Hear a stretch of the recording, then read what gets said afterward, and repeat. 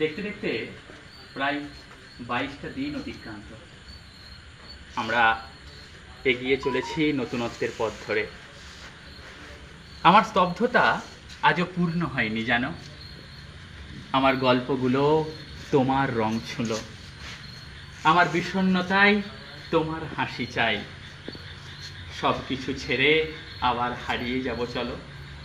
স্পর্শগুলো ভুলে গেছি আমি নতুনত্বের ভিড়ে।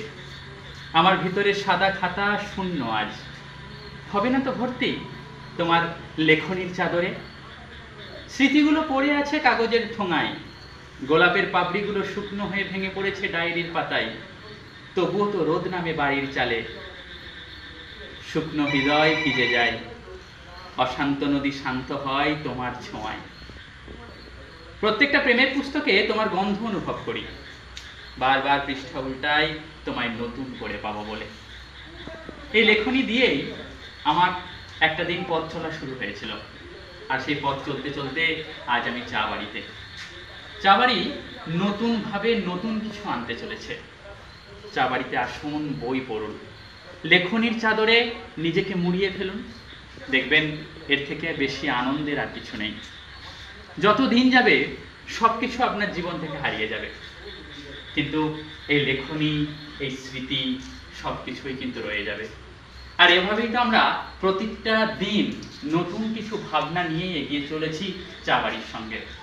1 সেপ্টেম্বর থেকে আমাদের চা বাড়ির ব্রেকফাস্ট, লাঞ্চ, ডিনারের নতুন কিছু মেনু আপডেট হতে চলেছে। এছাড়াও আমাদের ডেলিভারি সিস্টেম সম্পূর্ণরূপে তৈরি হয়ে যাচ্ছে।